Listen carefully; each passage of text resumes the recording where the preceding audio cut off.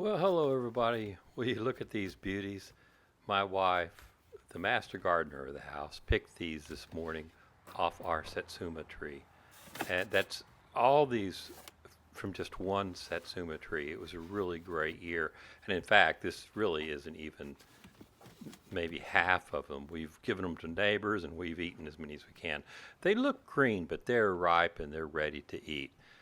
I just love these Satsumas. I didn't know anything about them until we moved to this house, but that little tree produced all of those Satsumas.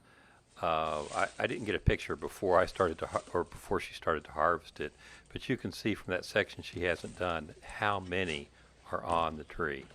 But the reason I put this video up is because I just wanted everybody to know how easy these things are to peel. If you're thinking about planting a citrus tree in your backyard or something, you can't go wrong with these.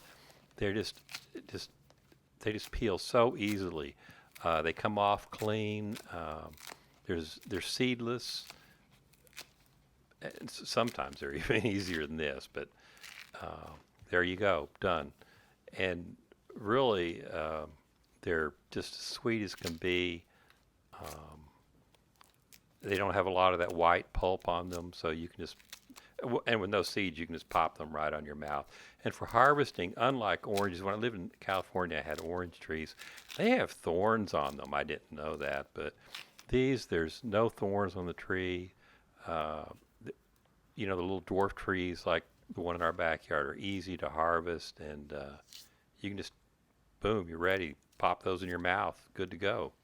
So anyway, that's my recommendation for small backyard fruit trees, Satsumas for Mandarin oranges. Take care, everybody. See ya.